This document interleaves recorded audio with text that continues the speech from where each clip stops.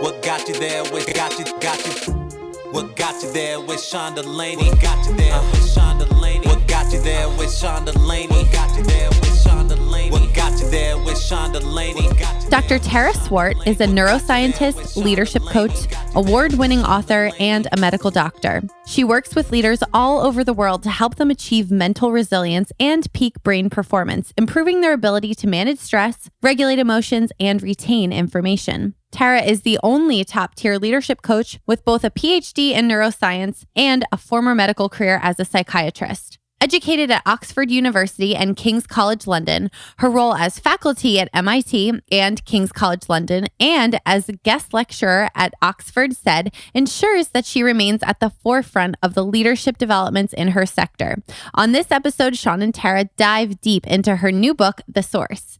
If you're looking to improve performance, overcome self-doubt, and understand how little triggers like what you wear can impact your brain, then you'll want to check out this episode. If you guys are like me and love listening to podcasts, but don't always have time to listen to the complete episodes, you need to check out podcastnotes.org.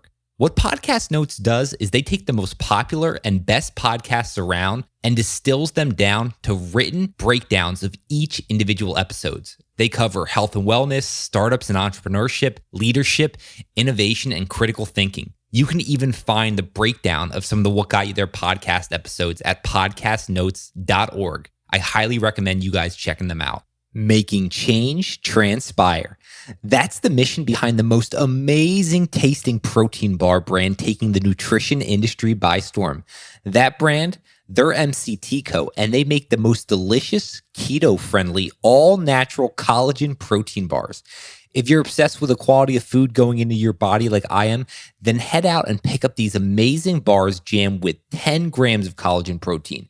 They only have 2 to 3 net carbs, no added sugar, and loaded with high-quality MCT oil for the healthy fats from coconuts. Whether you're busy running the kids around from activity to activity, a professional athlete, or just someone looking for a great-tasting convenience snack, do yourself a favor, head to mctco.com and use code WGYT for 20% off your order. Do you guys miss your favorite childhood cereals but had to give them up because of all the sugar? Meet Catalina Crunch, the world's first keto-friendly, zero-sugar cereal in delicious dark chocolate, cinnamon toast, maple waffle, and honey graham. When the founder of Catalina Crunch was diagnosed at age 17 with type 1 diabetes, he set out to satisfy his chocolate craving and created his own. This low-carb, zero-sugar cereal will power you through the day with 10 grams of plant-based protein, 6 grams of fiber to fill you up, and is also gluten-free, grain-free, dairy-free, and 100% plant-based. Don't forget about that turmeric as well to help fight inflammation and boost immunity. If you want to enjoy and receive 10% off your entire order, head to CatalinaCrunch.com. That's Catalina, CATALINA Crunch.com and use code WGYT10 for 10% off. I just finished snacking on some of the dark chocolate and it was delicious. You guys need to head out and pick some up today. Dr. Swart, we all want to get more out of life, which is why I'm so excited to talk to you. So thank you for coming on What Got You There.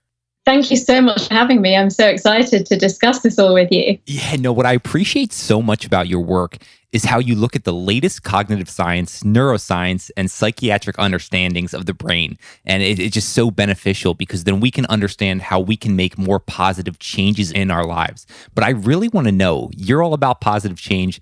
What do you usually do first thing in the morning to get positive change going in your day?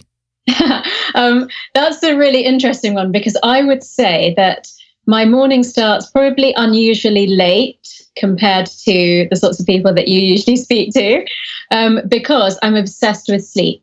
So my day really is set up to have started having had 8 hours of good quality sleep. And my bedroom or any hotel room that I stay in is like a sort of dark cave, as soundless as possible. Especially if I'm traveling, I might use certain aromas to anchor myself to sleep, for example, if jet lag's an issue. So having a routine around sleep, having a consistent bedtime, a consistent wake time, allowing for that enough sleep that I know that I need 8 hours. Some people don't need as much, but really knowing what number is correct for you. And if I do wake up at all in the night, then I take that opportunity to turn myself onto my left or right side, because that's the best position for cleaning out your brain. So I think you're getting a picture that I'm literally obsessed with every aspect of sleep. And that is a very important factor for me from the minute that I wake up to the end of the day. Apart from that, I have some small rituals. I like to start my day with a matcha green tea with coconut oil in it. And just the whole making of that is actually almost like mindfulness for me. I don't eat breakfast. I think we should discuss diet and nutrition a little bit, because I'm not recommending that for everybody, but I do time restricted eating. So I only eat between 12 noon and 8 p.m. So yeah, there's a sort of a skeletal structure to my day, particularly in the morning routine. But around that, there's a lot of flexibility, because I have total variety in my work, which means that every day is different. And I usually choose what I need to do on any particular day based on the single most important meeting that I have that day. No, I love how you shed some light on the importance of sleep. So I'm so intrigued. You mentioned the total blackout, almost turning it into a cave. Is there anything else that you do, maybe just prior to going to your bed at night, that really helps you relax, unwind, and just make sure you're going to get a restful night's sleep? Yeah, so I think the hour before bed is very important, because that's when your pineal gland releases melatonin, the hormone that helps you to fall asleep. So around that time, I would not look at any screens with blue light. I mean, now I have the settings on my devices that turns the screen more orange. But I would also, if necessary, depending on if I'm traveling, use blue light blocking glasses. Like I said, having certain aromas in the bedroom triggers a mental connection to sleep. So I use that more when I'm traveling. But, I like lavender and jasmine as my sleep anchors. If I need to, I will use an eye mask. I have another quirky thing, but it is based on science, which is that I wear bed socks. So if you keep your extremities warm, you're more likely to fall asleep better as well. So it's, a lot of this is about falling asleep quite quickly. And without trying to sort of overstimulate my brain by doing this, I will look at my vision board last thing at night, because we know that there's a psychological phenomenon called the Tetris effect, and I am from that age group where I played Tetris on my Game Boy till as late as I was allowed to when I was a kid. Mm-hmm. And I remember that, when I closed my eyes to go to sleep, I could see the little blocks falling like on my Game Boy screen. And so later, when I came to researching vision boards and what I call action boards, that effect became very important, because it essentially primes your brain to notice the imagery that's on your vision board the next day and to process that overnight. I love that technique. One thing I'm concerned about personally for myself is when I get my brain going just prior to bed. I've even found that I have to read certain types of books, avoid any self-help, any business type books, because my mind won't calm down. Anything you recommend for people like myself who might fall into that trap? So I agree with you that if you're reading, you need to be very mindful of what you're reading, especially when I worked as a psychiatrist with children. Reading certain books could really sort of stimulate them or frighten them, and that could affect their dreams. I think it's more marked in children, but it certainly also happens to us. For the sorts of people that I coach who, like you, talk about, how do I make sure that I fall asleep well, that I don't get, too mentally stimulated before bedtime, then certain forms of meditation, a specific one called yoga nidra or psychic sleep, it's different to other types of meditation. It's specifically designed to help you fall asleep. So even if you have read something that has got you thinking, then this is a really effective technique for winding down and just relaxing your body and your mind and helping you drift into that good quality sleep that we all need. And you said that was psychic sleep? That's what it's called sometimes. It's basically a form of meditation that just really, it physically relaxes you and it relaxes your mental processes. So it just calms down the whole brain-body system and allows that hormone melatonin to really to work at its best. It's anything from the sort of progressive relaxation of your body all the way up to, actually listening to a guided meditation or using a mantra, but it's designed to help you fall asleep rather than to attain the state of relaxed alertness that we look for with daytime meditation. Oh, fantastic. Yeah, no, I just asked for my own notes as I'm writing here. Yeah, I've done some different breath work things, but I'll have to explore psychic sleep a little bit more. You mentioned your days are always a little bit different, and I'm the same way. So navigating our busy lifestyles are tricky. Is there anything that you've discovered to help you kind of just even psychologically manage the chaos that can ensue each day? To be honest, I like it that way. So for me, having a job that is the same every day would not, I think that would actually drain me more than energizing me. So I like the variety. You and me both. Yeah, I think, a lot of your listeners and the people that have been on your podcast say the same thing. So hopefully this is useful to most people. That about 10 years ago, when I was being coached myself, when I was starting up my business, I had this vision of balance and variety. And so I actually look forward to, what's happening today? What different things do I have to do? How do I have to change my mindset to go from meeting to meeting? And actually, it's a really important thing that triggers to your brain, sort of the mode that you have to be in for different meetings, is what you're wearing. And I think the most classic example of that is people who either work from home or are unemployed, because it's so easy to basically stay in your pajamas or your gym gear all day. And that has an effect on you mentally. It doesn't put you in that mode of being focused on work. So I do talk generally about, within something called choice reduction, which is related to our morning routines, about choosing your outfit the night before, or doing a Mark Zuckerberg and just wearing the same thing every day. But I don't want to do that. So I do have a think about what I will wear the next day by looking in my calendar and seeing which meeting is the one that's most important to be appropriately dressed for. Usually that works for everything else that you have to do that day. But I remember a day when I was going from a tech firm in the morning to a very conservative French investment bank in the afternoon. And I decided that it was important enough that I actually changed my outfit on that day. So I think everything that you do sends a signal to your brain about what mode you're in. And being mindful of that, I think, really helps you to navigate the ups and downs, the changes, the change of pace that people like us experience on any one day. I love the clothing example. I'm guilty myself as well, pulling the Clark Kent Superman and going to a different meeting and having to change. You mentioned choice reduction. I'm intrigued by that along the lines of decision fatigue. And you mentioned Mark Zuckerberg only wearing one outfit. Are there any other big things such as wardrobe that we can just systematize to reduce overall decision fatigue? Yeah, I think it's really important to talk about why this is the case, because I think a lot of people have heard about choice reduction and decision fatigue, but maybe don't. For me, I need to understand the science behind why it's important. So if you think about a glass of water, when you wake up after a good quality 8 hours sleep, you have a full glass of water, which is the equivalent of your ability to think and make decisions for the rest of that day. Every time you make a decision, no matter how small, like what should I eat, what should I wear, you are sipping from that glass of water. And if you're under stress, which I would say most people in the modern world are, then it's like that glass has a little crack and water's slowly leaking out of it all day. That's what decision fatigue essentially is, that you drain your resources without necessarily using it for big and important decisions. So the reason that Mark wears the same clothes every day, and the reason that Barack Obama had a very routinized morning, including a formula for the wardrobe. So not just one outfit, but it was easy to put the things together, like grey suit, blue shirt, dark blue tie kind of thing, is because of the fact that every single decision that you make, and the more choices that you're faced with and you have to choose between, is draining your bucket of cognitive resources.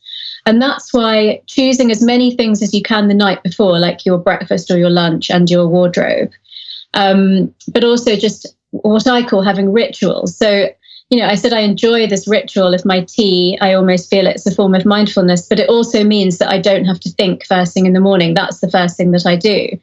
And then once, life happens, people start interacting with you, you get onto your devices, you can also make choices about how you do that, what order you do it in.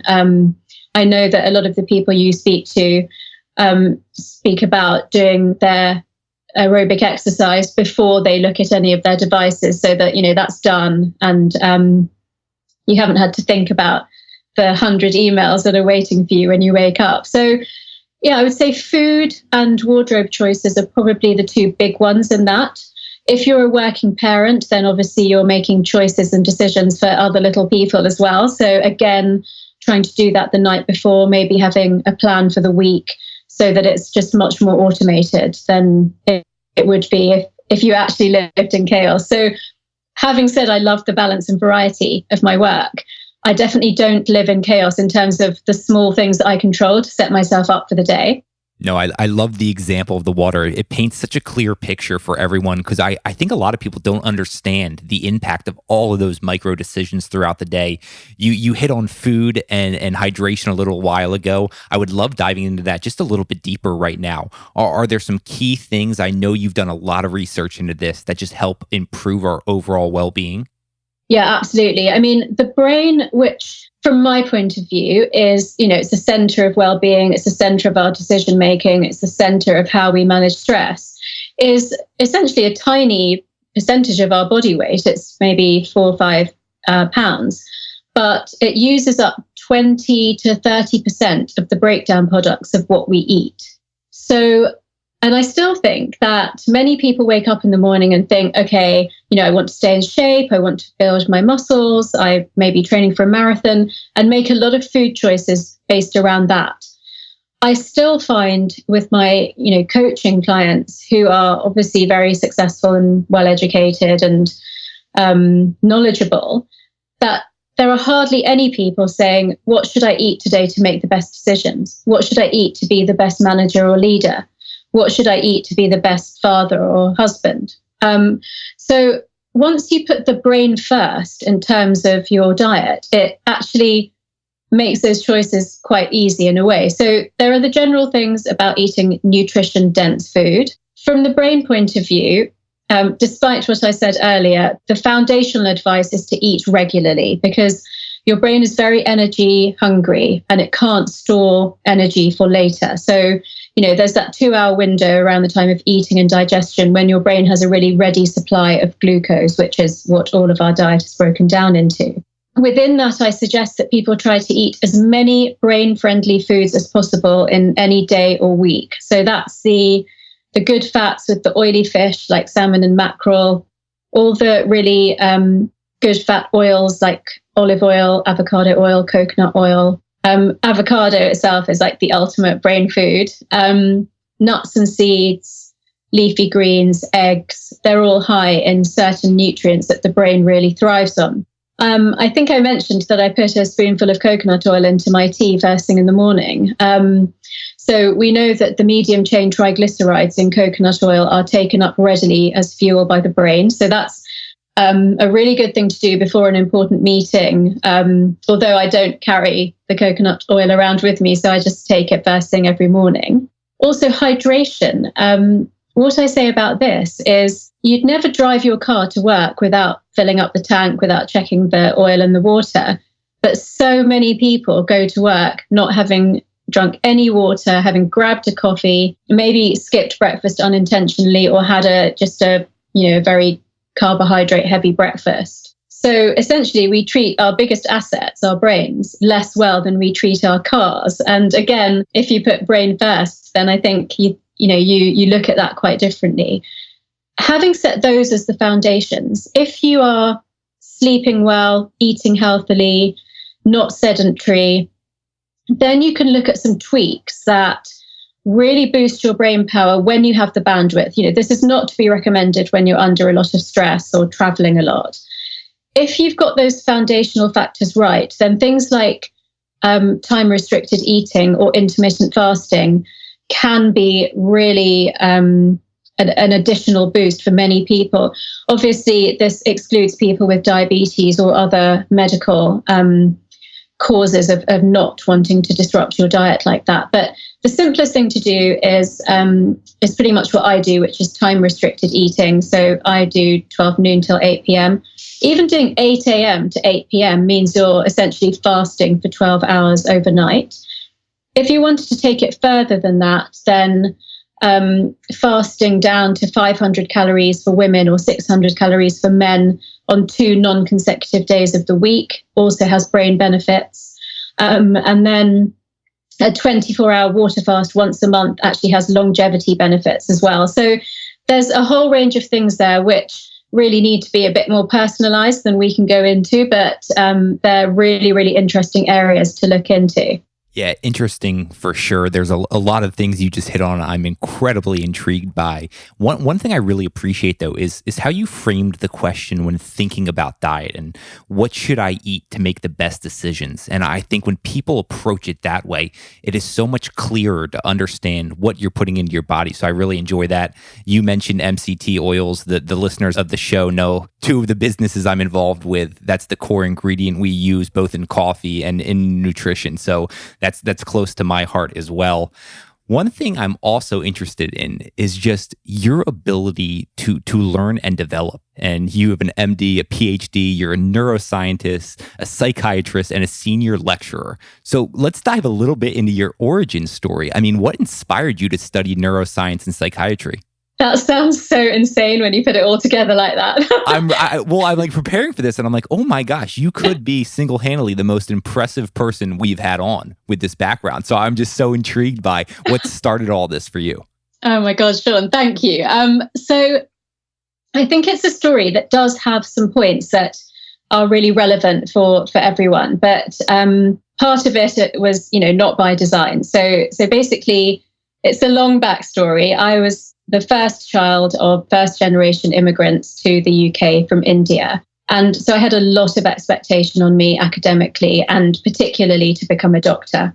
Luckily, I was good at science and I loved science. So that naturally happened. But I have to say, I didn't give too much thought to it. I sort of went along the path that was really laid out for me. When I got to medical school, I really, really blossomed. I absolutely loved it. And that's when I became fascinated by everything neuro. So, we study anatomy, physiology, biochemistry, and it was the brain part of all of those that I just found absolutely fascinating. And so I did my PhD in the middle of medical school because I had planned to become a neurologist. But when I came back to the final part, the clinical part of medical school, and I started interacting with patients, I just found psychiatry so fascinating because it was the more personal, psychological aspects of what happens when your brain plays tricks on you or something goes wrong in the chemistry of your brain. And just seeing how people's moods could drastically change or how people could hear voices that weren't there, I just thought was endlessly fascinating. So I specialized in psychiatry and I practiced as a psychiatrist for 7 years. What happened towards the end of that was that it began to feel very much for me like it was focused on pathology. So it was always about helping people that had something that wasn't going right to try to get that right. And it just got me into thinking with the way, the parallels in my own life of personal development and eating right and, always trying to learn and be better, that what if I applied these same sorts of skills to people where there's no mental pathology, where they're wanting to have the edge and to be the best, both physically and mentally. And so I spent a couple of years really thinking about transitioning because it's quite hard to move away from being a doctor. And that's when I discovered coaching. And it felt like it had the psychological skills, sort of Zen aspect, but also a very focused outcome aspect that really appealed to me. And so that's what I first started doing. I just had a small business coaching practice. About 3 years into that, so actually, let me just backtrack a little bit. That was around the time of the global financial crisis. So being a clinical expert in stress set me up very well to work with people in financial services and professional services. So that's how I started. 3 years in, neuroscience suddenly developed as this really hot topic. And of course, it makes sense once we had the information from brain scans that, that was really what we were looking at. And to be able to explain to people that it wasn't intangible psychological concepts like emotional intelligence, it was about building a pathway in your brain. It was exactly the same process as learning a language, was just so fascinating. And it opened up a whole new area for me of speaking, writing, doing team mental resilience work. And So actually it ties back to what you and I were talking about earlier, which is it gave me that balance and variety that I so wanted. And it kind of made it into more of a portfolio career than the one thing that I was doing. Two words really come to mind just encapsulating all of that, and that's curiosity and confidence. And I feel like those things are very prevalent in that story. Do you identify at all as a curious person and also a confident one? I think I was always in trouble at school for being too curious. So that's a very big tick. The confidence one is very interesting because it's only really when I've been through a few cycles of evolution that I've been able to speak openly about the fact that I have had massive ups and downs with confidence. So that first big transition of stopping being a doctor, where I had become quite senior and I, knew exactly how it worked. And, you're just trained so amazingly and you're part of such an amazing team because any little mistake can mean somebody dies in front of you. Going from that to something totally new in my mid-30s, learning all over again, going into new industries, being really compared to people with years and years of business experience was quite a low point for me, to be honest. And I do believe that, sort of like a phoenix rising from the flames, you have to put yourself through some of those low points to really become better. But, at the time, that was something I would have found very difficult to talk about because I was struggling through that change and that process. But looking back and understanding what I do now about neuroplasticity, I'm just so glad that I did it. And, it's turned out to be just so fulfilling. And, I feel very lucky that neuroscience is such an area of interest to so many people. So, that was a process. And then, to be honest, writing the book was another low point because I've never thought of myself as a writer. And writing my PhD was probably one of the most difficult times of my life as well. So I had this definite idea that I could not write a book by myself. And that's why my first two books were co-written. And then I had, all this learning and this idea of putting together science and spirituality and psychology and business coaching. And I guess it got to that point where I had something that I really, really wanted to write about. So I did, I made all the mistakes that I wouldn't do again. Like I worked full time, traveled around the world, wrote the book every weekend for a year, which was coincidentally the first year of my new married life. So yeah, I think curious, good at learning from mistakes, and the confidence just grows with every iteration that I go through of a new thing. But I'm certainly, seemingly looking back, somebody that's willing to put themselves through a crisis of confidence and just hope that it all works out, which so far it has. Well, I'm so appreciative that you're so willing to be open and share that experience, because we just hit on all of your accolades and how much you've accomplished. But all of a sudden, you talk about just the lows of it. So for someone who's thinking about making a big transition in their life, you're able to look back now. If you were giving yourself advice during that transition, you just said a minute ago, now you're so happy you took that leap of faith and you've done it. Is there anything you would recommend to your younger self? A really big thing that I see looking back is how the closest people around me were so positive and supportive. And I remember now friends saying, we know that you can do anything that you put your mind to, but I didn't believe it so much at the time. So I think listening to the people that you keep really close around you is hugely important. All the things from neuroscience, that I speak and write about now, like meditation, aerobic exercise, sleeping properly, eating properly, those real basics. But I would also say this continually learning new things, pushing yourself through comfort zones. It just unleashes so much more than you think you're capable of, because naturally we all become, if we become an expert or we just become comfortable at something, you would think, why would you disrupt that? But I've really seen that through disruption, you just unleash more and more potential. I mean, I think 10 years ago, if someone had said to me, you'll be a professor at MIT Sloan, I just would have not thought that would ever be true. So I actually said to a friend recently, I think I should stop doing my vision boards because I think I'm only limiting myself by what I think I'm capable of. Whereas if you actually just do, all of those foundational behaviors and push yourself into new things, then I think it's much more unlimited than we believe what we're capable of achieving with our brains. That's a very powerful thought there, isn't it? When these things come true that I've either put on my vision board or that I didn't ever imagine would come true, it's every single time it's as amazing as it was the first time. You don't get used to that. But I do think that you have to put yourself in a position where there's some risk to be able to achieve those amazing things. Yeah, risk is an interesting thing. One thing I really want to hit on, though, is you mentioned the people you surround yourself with. And in the book, you brought up a technique, and I'm trying to remember the exact name. It was something to do with the tree. Yeah. And can you explain this technique? When I was reading it, I loved this concept. This is actually such a great one for your listeners to be able to do like straight away after the podcast. It's called the people tree. And you basically draw a very like a stick man kind of tree, the trunk and 5 branches. And you write the names of the 5 people that either that you spend the most time with or you think influence you the most. And actually, as I've gone through this with people, I've decided that you should leave your children off this list because we inevitably spend a lot of time with our children, but because they're still forming, it's not quite the same mutual interaction. So if you stick to adults, there may be a grandparent or a parent or a former boss that, really influences you, even though you don't see them all the time.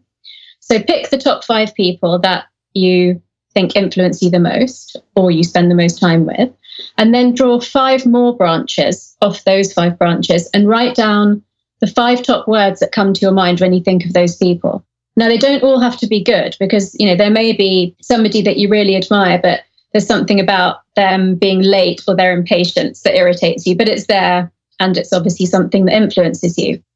And then you have to almost like take a deep breath, look at the 25 words in isolation and kind of meditate on them until you accept that all of those 25 words describe you.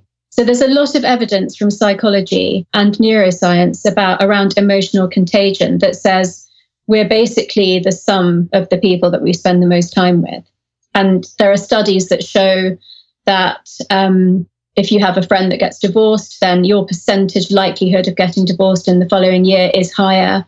If you have a friend that becomes obese, then again, the percentage of you becoming obese is higher than it would have been. So this can be very confronting because a lot of people say, but I'm not that thing, or, that person influences me, but not in a way that I wanted. And it's such a powerful exercise to get yourself to the point where you accept those 25 words. Sometimes it's difficult to accept the good words, but often there's a real trigger point where something that annoys you about your closest person is really like in your shadow. So you don't like to see it in yourself. I think if people go away and do that exercise after this podcast, it could be quite revealing. Oh, certainly. The people tree, it's a simple exercise, but like you mentioned, so powerful. And this requires you to sit down and do a little bit of self-work. So I'm really fascinated. How much self-work do you do? How many times are you really just sitting down and assessing the broad strokes of both yourself personally and your business? Very often. So I do journal. I go through periods of journaling religiously every day and then times where it's not so regular. But I always read over my journal as well. So that's a very basic thing that is like a continual look at yourself. I have had coaching, therapy, supervision, group, sort of interactions. I've tried everything like that you possibly can. I go away on retreats. I spend a lot of time talking with, my peers who are kind of psychological or coaching type people about what we're doing and where our blind spots are.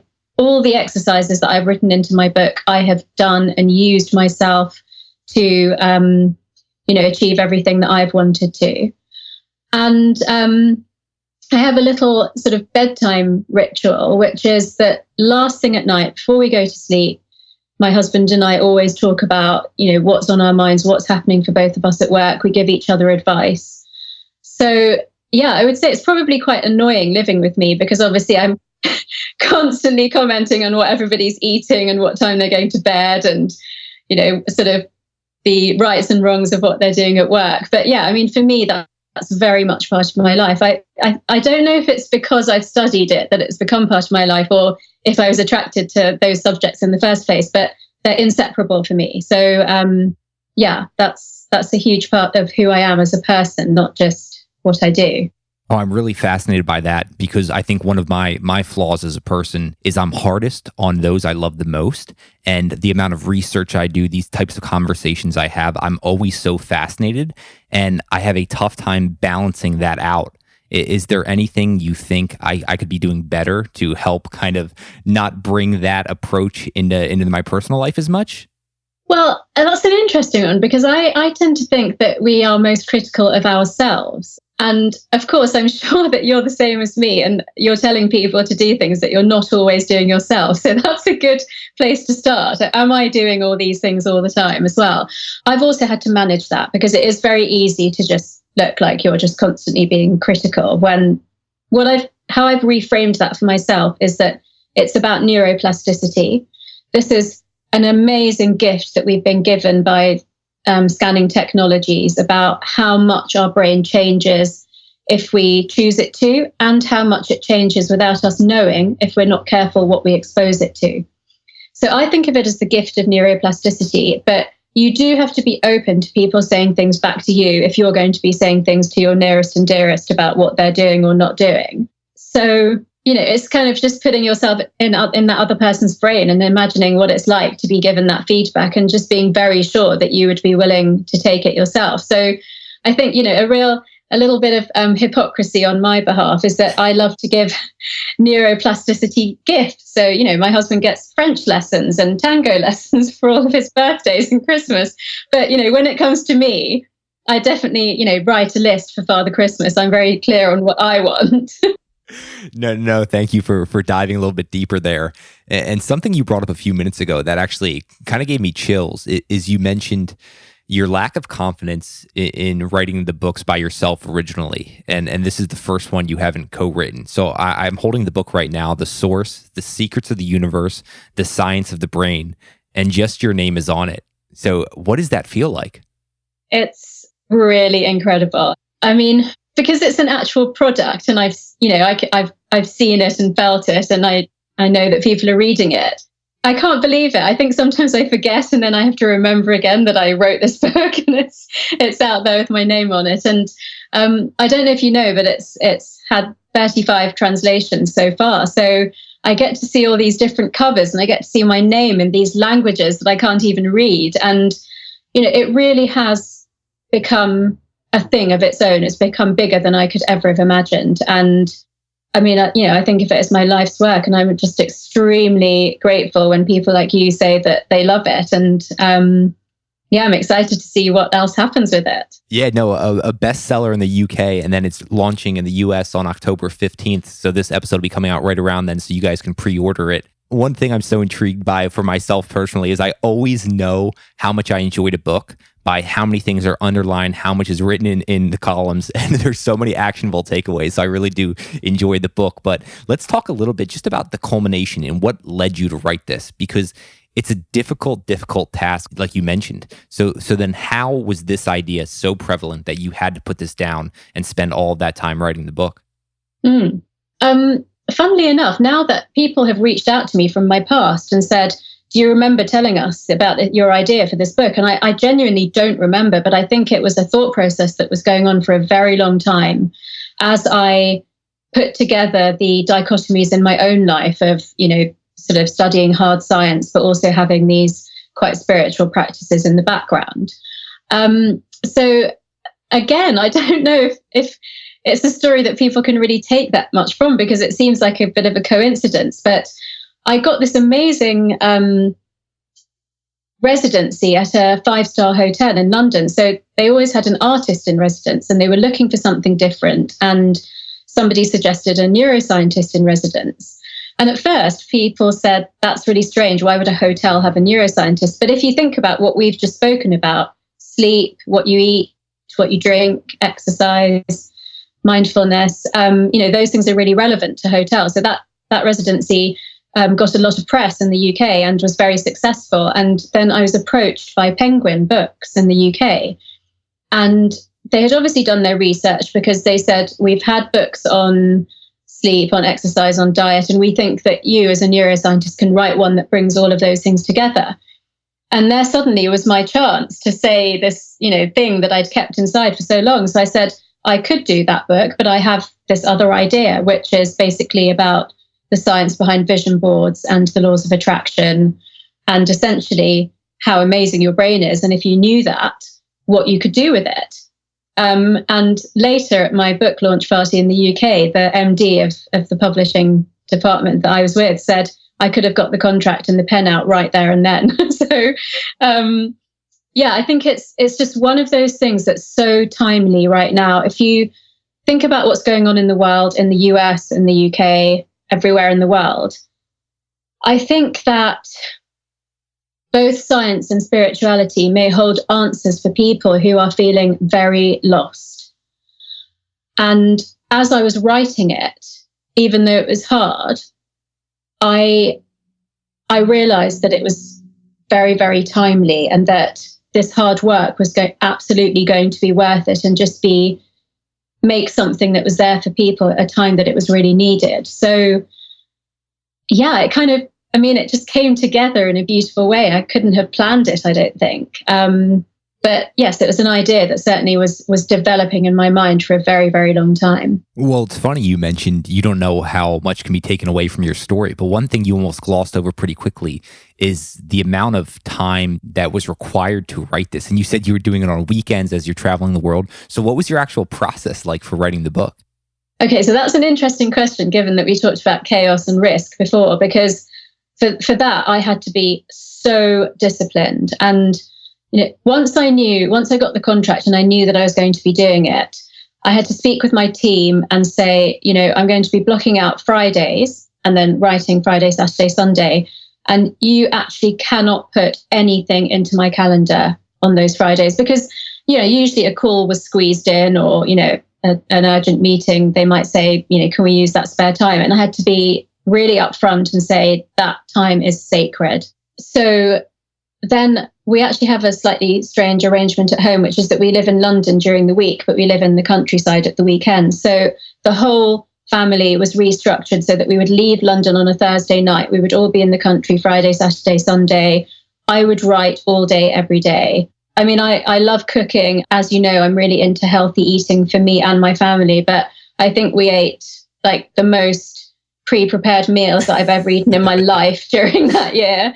I was pretty antisocial during that year, which I only really realized afterwards. So it was about massive, massive discipline. It felt like being back at med school, the way that I just had to say that it was cut off. So yeah, that time I just put in the hours, really. I mean, Penguin were amazing. I had a lot of help and structure along the way. So what I wanted to say really was drawn out in the best possible way. Yeah, I would say really that it came down to discipline. I had the content in my head, but obviously I had to do a lot of research to actually back up all the claims with the latest science. So it was just hours and hard work. I can't really say anything more glamorous sounding than that. Yeah, no, I think it was past guest and author of the book Loon Shots, Safi Bakal, and I'm pretty sure he said he would go into monk mode, where he would basically disappear into his workstation. So when you're down and you're doing the work in the countryside, during a day, are you just sitting there writing for 8, 9, 10 hours straight, or do you break up your day? I'm wondering, people who are trying to do a task similar to that, what they can learn from you. I would break up the day to eat with my family, because I felt it was just too negative to the family dynamic if I didn't do that. I did walk around outside when I needed a break. And then I did stop by about 6 or 7 p.m. so that I could just do something different and relax a bit in the evenings and spend time with my family. But going back to what you said about what does it feel like to see your name on that book, the day that it came out here was Valentine's Day. And my stepson was at home that day, and he said, I'll walk you to the local bookshop to see the books on the shelf.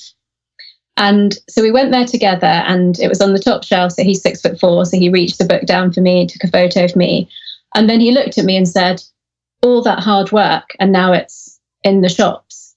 And I think in that moment, I realized how much sacrifice my family had made as well. Because, you get very focused on, I'm working really hard. I need this time to be, sort of like acknowledged and respected. And when he said that, I just sort of got this pang in my heart and thought, they tolerated a lot for a year. I was basically absent every weekend for a year. So it's been an interesting journey. Luckily, it's actually, the book has really brought us together as a family and been very exciting, all the celebrating and everything. And my stepson is actually going to come to New York for the book release day. So it's been amazing. But yeah, like I said, I think I made a few mistakes about how I did it. Yeah, it's incredible the sacrifices those closest to us they make during these times as well. So I do want to dive into a few more specific things, both from your research in the past and then even the book. And I come from an elite sports background, so I'm always interested in what separates top athletes in terms of brain performance. And I'm really intrigued about visualization. And that's something I did, and I don't even know how I started doing this. This was from a young age. And I'm wondering what you've come across in terms of visualization in terms of elite performance. So you're absolutely correct, of course, that it originally comes from sport. And all the really most successful sports people that I've ever interacted with have a very strong visualization practice. They all immediately say, yes, of course I do that. I've always done it. Translating that to business or normal life was a little bit harder than I thought it would be, given that there was so much good evidence from sport. And so I think what you're getting at is where I had to look at the science to sort of convince people that it was actually something that, why it has these amazing outcomes. And so I'll start with a sporting story, actually, which is the first human to run the sub 4-minute mile. So before this happened, we thought that it wasn't humanly, physically possible. And then Roger Bannister ran a mile in less than 4 minutes. Within the next 2 or 3 months, 7 people ran a mile in less than 4 minutes.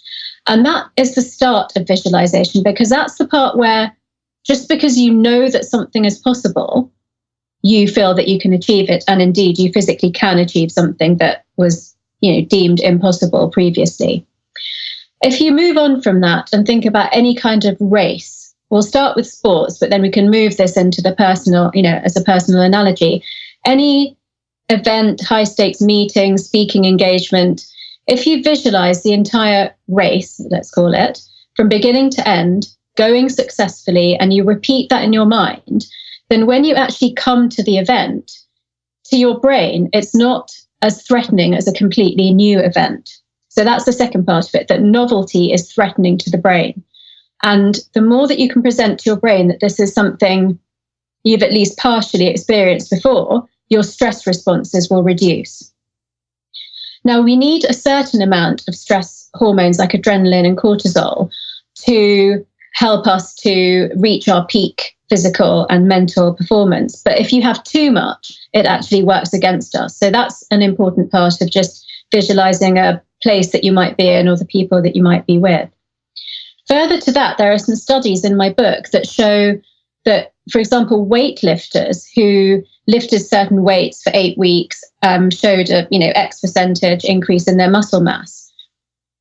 Weightlifters who simply visualized lifting weights but didn't actually lift that weight, and it was in an isolated muscle group, didn't show the same percentage muscle mass increase as the people who did, but they showed a statistically significant muscle mass increase in muscles where they had only visualized exercising those muscles. And there's more examples of this. A different type of visualization is when you take, there was a study where groups of people in their 80s were split into 3 groups. One group carried on living like normal. One group were asked to reminisce about what it was like to be in their 60s. And one group were moved for 1 week into homes that looked like their homes did 20 years ago, where their walking aids and visual aids were removed for a week. And they had photos of themselves when they were younger in the house that they stayed in for that week. The changes in visual acuity and musculoskeletal coordination in both the reminiscing group, but much more so in the actively living group, are astounding. And the more you read stories like this backed up by science, the more you realize that if you can see something clearly in your mind, then it can either prepare you for an event, but it can actually also change your body and change your whole mindset, and therefore change real world outcomes in your life. Absolutely remarkable. I love how you can bring up all these studies as well and the research. And something that I've really found profound if I'm about to give a talk, if I'm about to go into a meeting, is when I'm visualizing, like you mentioned, the novelty, it makes it difficult. So I feel like I've lived that conversation, that speech multiple times, and that has really helped out. Now, we're talking high performance, and you've worked with an extraordinary number of high performers. Are there any other commonalities you see amongst them? I do. And it's interesting because neuroscience has so many conflicts. I've talked about eating regularly for your brain, and I've talked about time-restricted eating or fasting. I also often talk about taking on new learning, like learning a new language. But I also say that when you're under stress, try to reduce the amount of new things and changes that you're exposed to. And it's a similar thing here in that the one thing that I notice more than anything with my really successful clients is their level of self-belief and the stories that they were told, mostly by their parents, maybe by their teachers as children, about what they could achieve and how unlimited and massive that was. Having said that, I want to relate it back to my story, where often you can look at people like that and think they've become an overnight success and they've had an easy life and they've had, the privileged education and everything that was handed to them on a plate. So I really think it's about that balance of the grit that drove you to be successful. And that often comes from some kind of, not necessarily huge trauma, but some kind of difficulty or hardship, together with the massive levels of self-belief. And I know that you're very keen on people, being able to have takeaways. So I think it's important to say that this isn't just about looking at really successful people and seeing what they've done. It's about knowing that you can change the narrative that you have in your head about your own self-belief. And that is probably the single most important thing for people to work on. Yes, of course, it's important to do all those other things that we've talked about, like the sleep and the diet. And you have to have your body in good enough physical condition to work on the mental stuff. But if you learn to replace every single negative thought that you have with a positive thought, if you have a list of positive thoughts that you can go to immediately to stop those negative voices that we can all have that tell us that we can't achieve things, that we shouldn't be that confident. I mean, this is a Buddhist practice that has actually now been backed up by science. So these affirmations and mantras and gratitude lists and, all these things that we've heard about for a long time have such strong backing from science now. And we were geared for survival to have self-doubt and to avoid risk. But we need to overturn that now. That's not helping us anymore in the modern world. And so doing whatever you can to cultivate high levels of self-belief, I think, is the single factor that sets apart successful people from people that don't ever quite reach their full potential. Some phrasing that you've changed around, I really appreciate it, is that you take the fake it till you make it and you turn that to act it till you are. And this really resonates. And I'm curious, how often, both yourself personally and the people you've worked with, do you see this being the case, that they act it into belief? 100%. I mean, I have definitely done it many times. And I mean, I can't tell you the stories because they're confidential stories, but I can guarantee you that there are so many high-profile people out there who, behind closed doors, I know that they have done act it until you are it. And I also know that, like me, there have been times where they have felt, like I said, that the fact that I'm faculty at MIT Sloan, sometimes I have to pinch myself and tell myself that I really am that. And, I mean, you've seen pictures of me, but you haven't met me. But I just, especially if I'm in my sneakers and my hoodie and stuff, I just look a lot younger and not like an MIT professor. And so I often get asked if I'm the PhD student or if I'm attending the class. And, that could very easily feed into any insecurities that I have. But because it happens so much, I've had to learn to change that into, isn't it wonderful that people say that to me, because I have actually done that thing that I never thought that I would. And, I still sometimes can't really believe. So I think even taking setbacks or perceived criticisms and using those to actually fuel your self-belief is a really important aspect of it. I mean, you cannot overestimate how many successful people are riddled with these insecurities, but they've definitely found a way to not show that to most of the people in the world. Yeah, it makes me think of a line I highlighted in the book, and that's mastering mental resiliency. And I know we don't have time to dive into that today, but if any listeners are very intrigued by this concept of high performers, then your book, The Source, is definitely going to be for that. You also included the quote that I love by Carl Jung, and that's, "Until you make the unconscious conscious, it will direct your life and you will call it fate." So how can we move our subconscious to our conscious to make sure we don't fall victim to this as much? Yeah, so all the sort of personal development work that you and I have done and talked about, but seeing as we're running out of time, just very specifically, all the exercises in my book have been structured to raise from non-conscious to conscious anything that might be holding you back, any self-limiting beliefs, and really to reframe everything to positivity and abundance and towards achieving your goals. No, certainly. This book is incredibly helpful. It's resourceful. The book is The Source, The Secrets of the Universe, The Science of the Brain. So, Dr. Swart, as we close here, is there anything else you want to impart on us? Anything the listener should be doing or enacting today? I think that if the listeners do the people tree exercise and then use that as an opportunity to really focus on their strengths and try to demonstrate those strengths in the real world as much as possible, coupled with the one thing I would say is to create a vision board. I call it an action board because you have to then do things to make all of your dreams come true. You can't just expect the checks to come rolling in, as a metaphor. So yeah, those are the two things. I think focusing on your strengths and creating that vision board and visualizing it coming true, the key to unlocking all the potential in your brain. I know a lot of the fans of the book are sharing their boards online, so I'd love if any of the listeners want to do that as well. Tag Dr. Swart and myself. That would be fantastic. But Dr. Swart, I cannot thank you enough for joining us on What Got You There, giving us so many actionable takeaways and bringing so much value. So thanks so much. Thank you so much, Sean. If you guys are like me and love listening to podcasts, but don't always have time to listen to the complete episodes, you need to check out podcastnotes.org.